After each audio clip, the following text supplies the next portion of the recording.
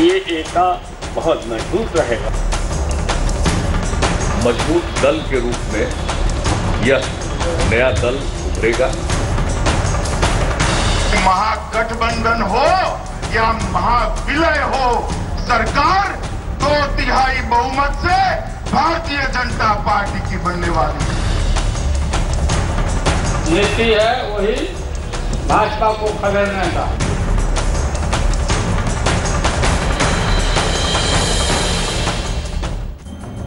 Hello and welcome. You're watching To The Point.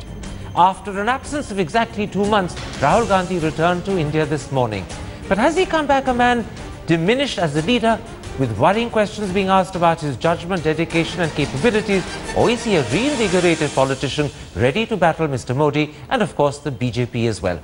In part 2, that's the key issue I shall put to the former Minister of State for Home and a close supporter of Rahul Gandhi, RPN Singh.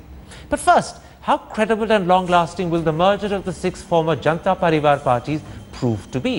They've come together to take on Mr. Modi and the BJP, but is that a glue that can bind them for long, or will their internal differences inevitably prize them apart? That's our first discussion tonight.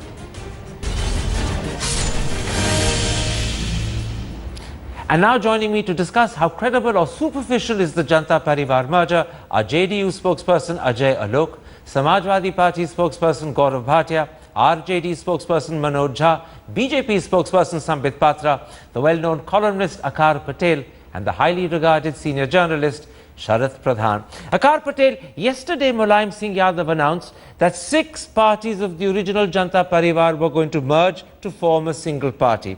But as yet, they haven't agreed on a name or a symbol, on a flag, on policies or even a party program. So isn't this, in your eyes, an incomplete merger, more intention than fact?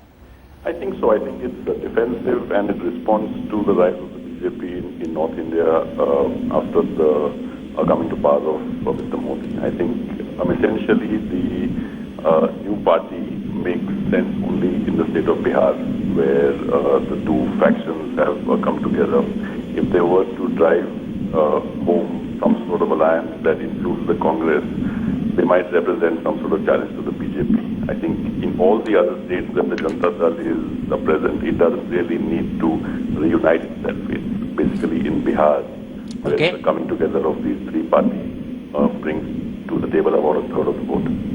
Ajay, look, let's in fact take up that particular last challenge that in a sense you heard Akar Patel talk about. Originally, it was understood that the new merged party would be called the Samajwadi Janata Party, and your symbol would be the SP symbol, the bicycle. But now, with Jitin Ram Manji laying claim to the JDU flag, name and symbol, you can't afford to lose them.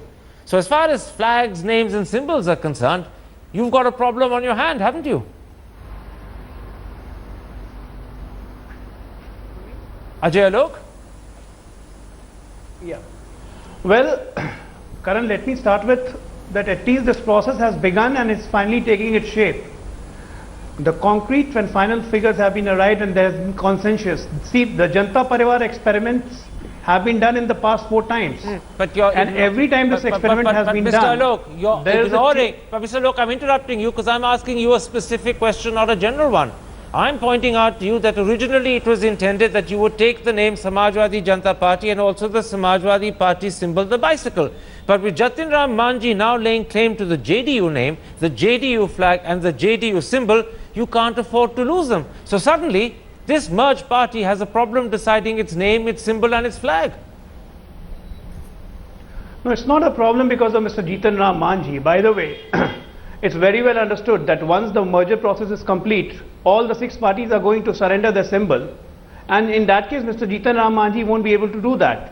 But that is for the Election Commission to decide, not on us. That's the point. Whether But Election Commission wants to. You said something else very interesting. You said once the merger process is complete, which suggests it's only just begun, which also suggests this is an incomplete merger at this moment. You've given the game away. It's not an incomplete merger. The merger in totality has been done, and first decision of the merger is that we have elected Mr. Mulayam Singh Yadav as its chairman. And there is a committee formed of the 6 different heads which will take the further discussion and which will take the further discourse of this merger, that what is going to be the flag, what is going to be the name final, what are going to be the policies, how we are going to implement it, what will be the implications state-wise, how the election will be fought, and all these things will be, the picture will be clear in the next coming 1 or 2 weeks or so. Absolutely. So when you say the major merger is complete in totality, that's a huge exaggeration. Gaurav Bhatia, let me point out to you a second problem with this merger. Many people who are prominent in your party, the Samajwadi Party, like Ram Gopal Yadav, will now either get demoted or worse, minimized. For instance, Sharad Yadav will be the Rajya Sabha leader, not Ram Gopal Yadav. Isn't that why Ram Gopal Yadav was absent from yesterday's meeting? First of all, Karan, I just wish to correct you because you said, let me point out the second problem. So you're indicating that there was a first problem. There are no problems here. And I think the media was speculating that there would be a leadership issue just a month or two back. And this new entity has clearly shown that they have a firm resolve of having a very strong party which would be a formidable opponent to the communal politics of BJP. Yes. Now coming to your question regarding senior leaders having a problem with this merger, let me clarify and tell you that there are no problems. As for Why Mr. was Ram Gopal Yadav absent yesterday? Yeah, I will answer that. Please allow me. Mr. Ram Gopal Yadav, just a few days back, was the one who made the announcement that something big is in store and the announcement would be made within a week or two. And that is exactly what happened. So he is happy and not to be the Rajya all Sabha leader. deliberations- He's happy to be deprived that position which he has at the moment. See, positions are all transitory. One can How be a leader in the philosophical. Rajya Sabha or not, but the stature that Mr. Ram Gopal Yadav enjoys, and with due respect, there are many senior leaders who are coming together for a common ideology. So I think this positions or the post that you're talking about are very trivial matters. In fact, Mr. Ram Gopal Yadav has been an instrumental force in all discussions that have taken place between all the parties. All right, so that's what you say. Let me bring in. Contributed let to me the bring process. in. Let me bring in another voice which may question what you are saying. Sharad Pradhan, you follow UP politics very closely. Today's Indian Express says that in fact the reason why this merger has been delayed is because of unhappiness within the Mulayam Singh Yadav family. Many believe that other than Mulayam Singh, who's become the head of the new party, the rest will lose out in terms of importance, in terms of position. Is the Express right, or is Mr. Bhatia right in saying that the family is united behind this, that Ram Gopal Yadav, despite his absence, is a great supporter? Well, the Indian Express is absolutely right, and it is only specific. You were absolutely you were giving a pointed this thing when you said that Ram Gopal Yadav's absence. He was conspicuous by his absence, and he is the one who has been very unhappy over it, because as you rightly pointed out, he is going to lose out on the position of leader of in the Rajya Sabha. It is Shivpal Yadav who is following the elder brother very clearly. But Akhilesh was also Akhilesh, who has been all along, who you treat Ram Gopal Yadav as his mentor, political mentor, is also not very happy with it, and he had expressed his view that what is the Samajwadi Party going to gain out of it. Absolutely. Which is a matter of fact. In UP, the other parties are of no consequence. Absolutely. So the party that actually loses, in a sense, even though they get the top job, is the Samajwadi Party. Sambit Patra, Can I respond to that? I'll come back to you in a moment and give you a chance to do it, but let me go to the others first, because this is about 6 parties rather than just one. And the interesting thing, Mr. Bhatia, is each of the 6 lose out, as I'll be pointing out in a moment's time. Sambit Patra, the glue that binds these 6 parties together is their common antipathy to the BJP and much more obviously to Mr. Modi. Now, does that worry you? Because that can be a very motivating, binding force. Or do you believe their internal differences over a period of time will prize them apart and this glue won't hold? Karan, though I would not like to sound arrogant by saying that we should not strategize on their union, we should definitely think in a very pragmatic way. But having said this, I would say what I have been repeating since yesterday, that as far as this alliance of six friends are concerned, it is nothing but, best put as a Hindi idiom, marta kya nahi karta. It is, I mean, like I have been hearing most of their spokespersons tom-toying since yesterday, that it is not for power that they are coming together. It is for the ideology that they are coming together, because they want to propagate the socialist ideologies. To the Sefai socialists, I would say that ideologies are best propagated when you are at the helm of affairs, which you were in the past. But today, when you are losing out the picture of power, you have come together because this is an attempt of desperation. So out of desperation, reforms never originate. And that's the reason as to why I believe we should not be worried. Manoj Jha, you heard that evocative phrase from Sambit Patra, marta kya nahi karta. I'm going to slightly twist it and put it like this to you. The first test of this new merged party will be the Bihar elections in October this year. What does the Samajwadi Party, the JDS, the INLD or the Samajwadi Janata Party bring to that fight in Bihar? They are irrelevant. Karan, Marta kya na karta, I have heard from Sambit yesterday also. And I have seen arrogance has killed many civilizations. Arrogance has killed many civilizations across the globe. I wish arrogance settles down very soon in BJP. Let me tell you, when you talk about what will INLD do in Bihar, or what Laluji or Nitishji will do in UP, you know, when parties merge, their social constituencies merge, their ideological commitment merge, and their programs merge, it has a huge psychological impact. And let me tell you, Karan, I expected you at least, of all the journalists, because you belong to the old generation, not to see it through the prism of only people leaders coming together, or Modi phobia or BJP. Sorry, it is not. I personally can assure you that as a citizen I am worried that in last 10 months, the kind of ideas which have been propagated in the name of development, they are scary. A crony capitalism, and we should sing praise for that. I mean, secondly, what kind of nation are we making? That every day somebody or the other destroys the social fabric of India. We had two options: either to remain prisoner of our past. You know, if you really want to challenge Mr. Modi's philosophy and thinking and the mood and environment he's creating in the country, would you not have then done better to join Congress, which is a bigger party? It's totally opposed to Mr. Modi's thinking. All of you joining Congress would have created a much better force. That's what you should have done if you want to oppose the thinking and philosophy. Karan, just I'll take 1 minute. I tell you, I have said it earlier, during UPA regime, when we raised pro-people issues or poverty-related issues, we were called populist.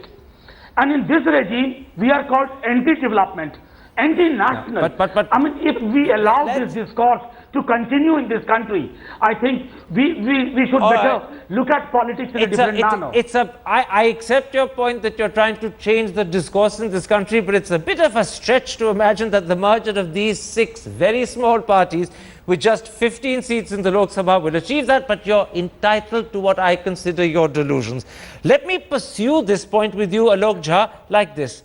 At the moment, just 2 parties, JDU and RJD, have failed to actually come together at the ground level in Bihar, and there are still serious question marks of the extent to which you're coming together at the top level because of the rivalry between Lalu and Nitish. Now, after forming a wider merger, tell me, how are these 2 problems going to be more effectively and more smoothly resolved?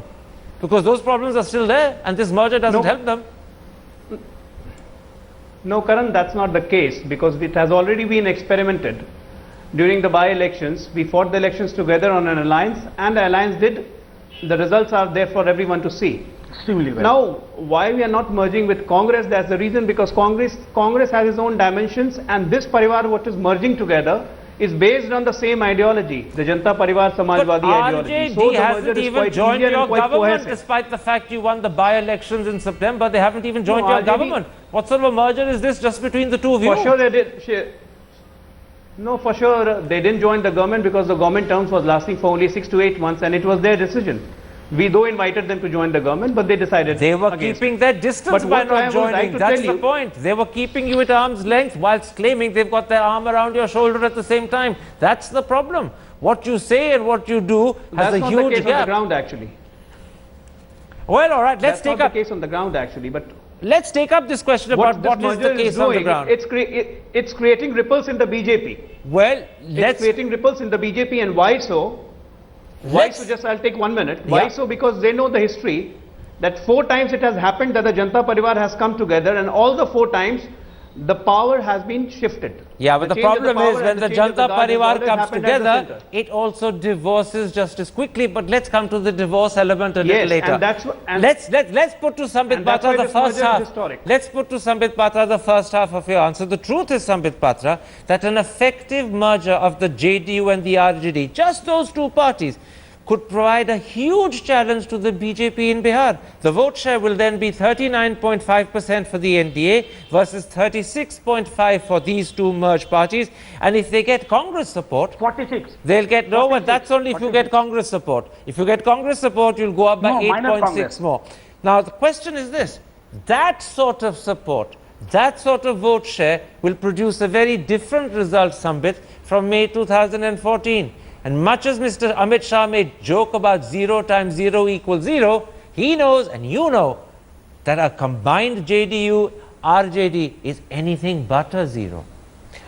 Karan, let me give two-part answer to this. The first part answer is already what has happened in Uttar Pradesh. See, all this discussion is within the premises of the fact that probably in Uttar Pradesh and in Bihar, caste factor, religion factors are very pragmatic factors as far as electoral victory is concerned. And that's why we are saying probably the arithmetics would add up. But at times we have seen that chemistry is more powerful than arithmetics, and the paradigm shift has occurred in 2014. What when the happened to chemistry in Delhi? See, in Delhi, if you bring us to Delhi, I would say we have not lost an inch of our land in Delhi, in the sense that the vote percentage was similar. Kejriwal Yes, was a but new the entity. chemistry But went the other way. not That's at my all. point. You see, the chemistry went answer the you. other way. Let It me could happen answer you too. over here. Let Chemistry me is answer a very you very strange science. vehemently over here by saying that, well, yes, Kejriwal was a new entity. He was a blank slate. But over here, Mr. Lalu Prasad Yadav, when he was saying yesterday that BJP ko girana hi hamara Kejriwal was lakshya hai. called a Bagora by you. No, He no, was just a new remember, entity just or a remember. blank state. Karan, He had Karan, you done have to badly allow in me May. to complete. Karan, Karan, Gaurav you have asked me a question. You have to allow me to complete the answer. Let me say, who are the people who have come together to bring about this course correction, the so-called course correction in Indian politics? The first disqualified member of Parliament of India, a member of Parliament previously who is now behind bars. We have seen the ego game of Mr. Nitish Kumar. We have seen a sleeping ex-prime minister. Yes, but the So these are the question people is, who are going to change the do course the correction. electorate see them in those terms? You may, Karan, can and you we may make please that clear in respond to TV his discussions. commentary? How does the electorate come in? I'll come to you in a moment's time, Gaurav Bhatia. Let me quickly go to Akar Patel and put this to you.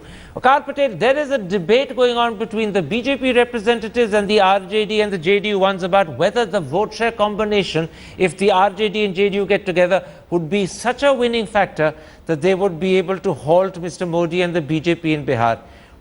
Does arithmetic count, or does the hope of chemistry on Mr. Modi's side matter more? Which is it? I'd say, Mr. Thapar, that to a large extent Bihar shows that when parties merge, the vote share merges. And I would be not as sanguine as the BJP spokesman on assuming that this merger is not relevant. I think it is extremely relevant. One problem is that it is relevant only insofar as the parties are credible. Two of the parties that are merging have actually partnered the BJP in the past, in Karnataka and in Bihar. For them to come back to the electorate and credibly say that we are opposed to this monster, I think would be stretching it a bit for some voters, if not most. And That's I think a very that good this point. is the essential problem, that you have a vacant space in the opposition that the Congress is not able to fill at the moment. You've got these people who are disparate groups bunching together, going against the BJP, which to me at the moment is the most credible face of politics in North India.